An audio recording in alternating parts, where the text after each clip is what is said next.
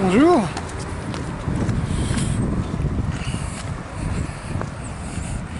Content de me balader avec vous.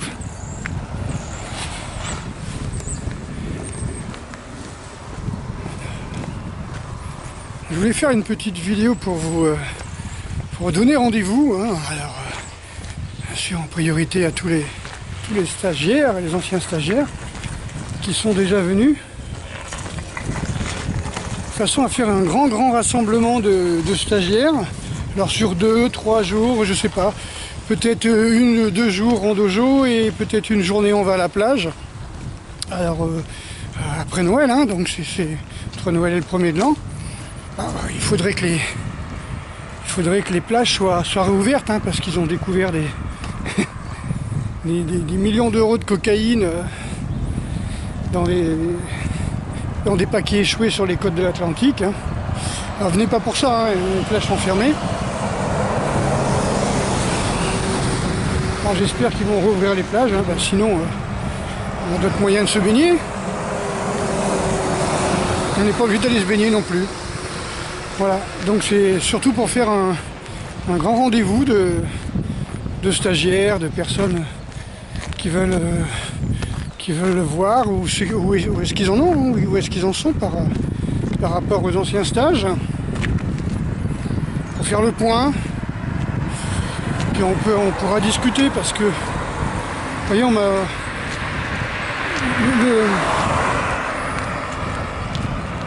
le cursus sur la mystification dans les arts martiaux, moi je le croyais à 4 sur 10 ou 5 sur 10.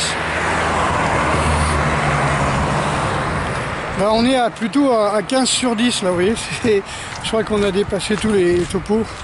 Plus je fais de recherches, et plus cette histoire du gentil maître d'aïkido qui prônait la voie de la paix, on se retrouve que c'est quelqu'un qu'on appelait le tank, qui embrochait des gens à coups de baïonnette, et puis qui enseignait au service secret japonais pendant la guerre. Et donc qui apprenait à terrasser un adversaire avec le moins de technique possible. Hein. Donc là c'était après la découverte de Deguchi quand même. Donc on peut pas dire que on en était à l'aikijutsu pur et dur. Mais quand même. Voilà. Donc là on nous a vraiment pris pour des quiches. Et puis je parle même pas du karaté, parce que bon, c'est connu que Ueshiba avait interdit, que Gishin Funakoshi avait interdit les compétitions au karaté. Et puis à sa mort en 57, paf, premier championnat, quoi. Premier championnat de compétition. Et puis les affiches que j'ai, moi, des premières compétitions de karaté au Japon, c'est fait par Sasakawa, quoi. Je veux dire, c'est comme si on me disait que c'est Al Capone qui organise des compétitions de boxe ou de MMA. Ouais, on n'en est pas loin, on est d'accord. Mais bon, voilà, ce que je veux dire, c'est que c'est la mafia qui organisait ça, quoi. La mafia japonaise. Après, on me dit, quand les gens recopient mes dires sur des posts de Facebook japonais, Facebook français dédié au karaté, l'idée qu'ils ont du karaté surtout, avec le Bushido et toutes ces espèces de débilités. C'est quand même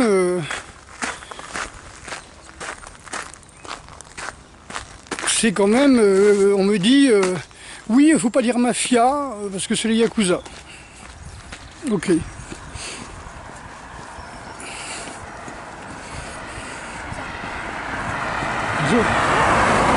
C'est-à-dire qu'en gros, la mafia, ça se uniquement les Siciliens, les Italiens, voilà. On parle de Yakuza, faut pas dire mafia. Faut pas dire mafia, faut dire Yakuza. Je dirais comme la mafia japonaise, mais bon, c'est quand on veut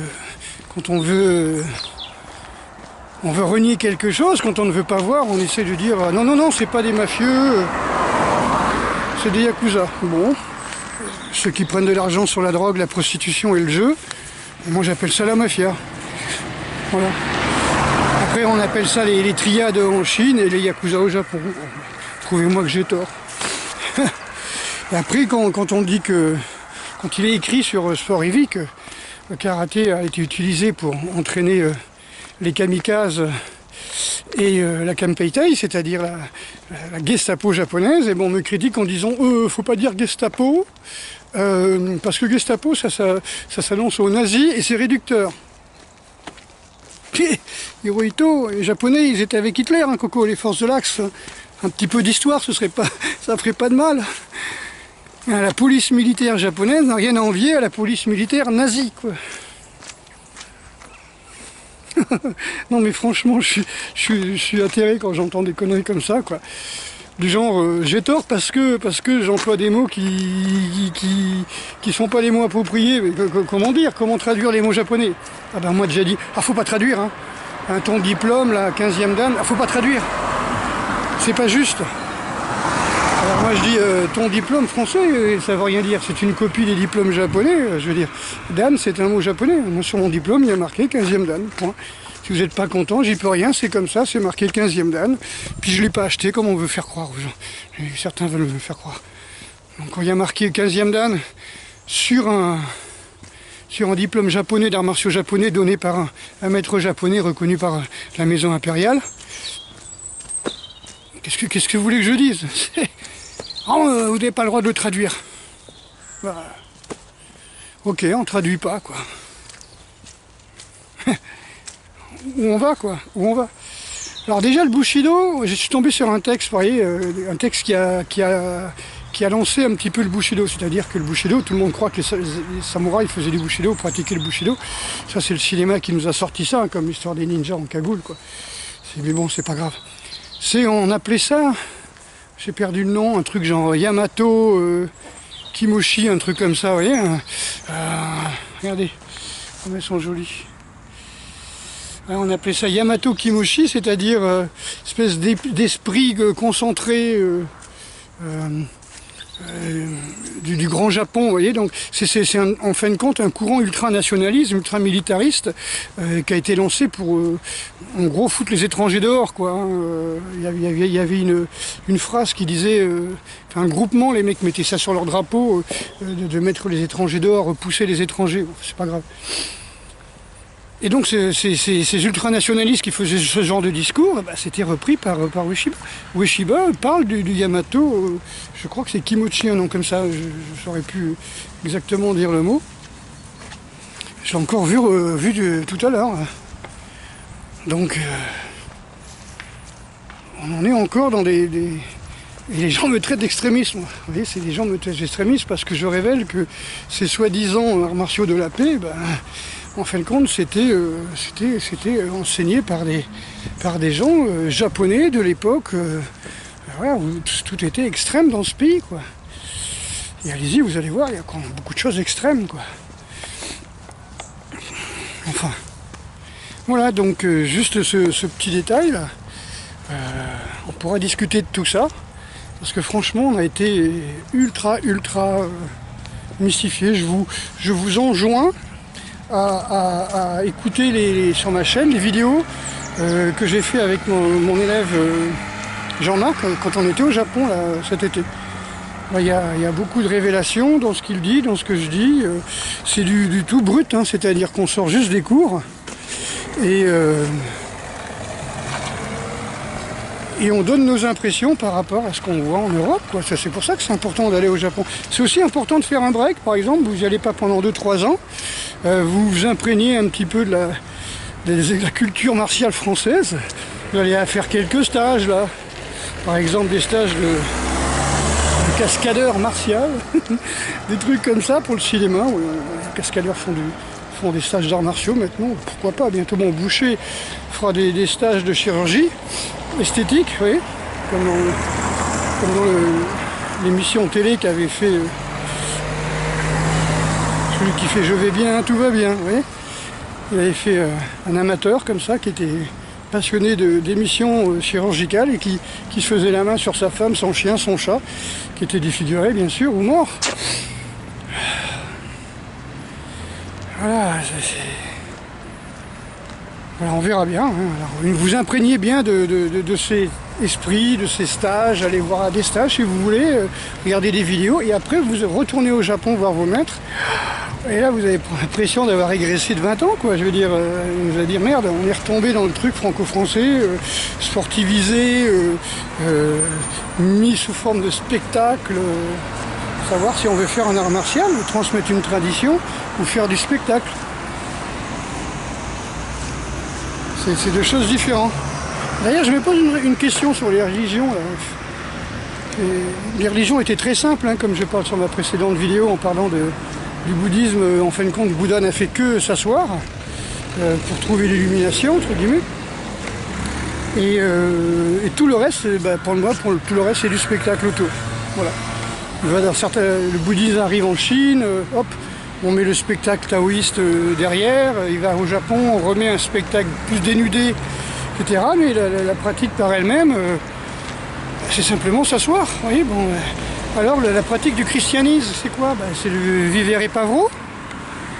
D'accord? Vivre pauvrement, prendre soin de l'autre, vivre dans la bienveillance. Tout le reste, pour moi, c'est du spectacle plus ou moins ésotérique, voilà quoi.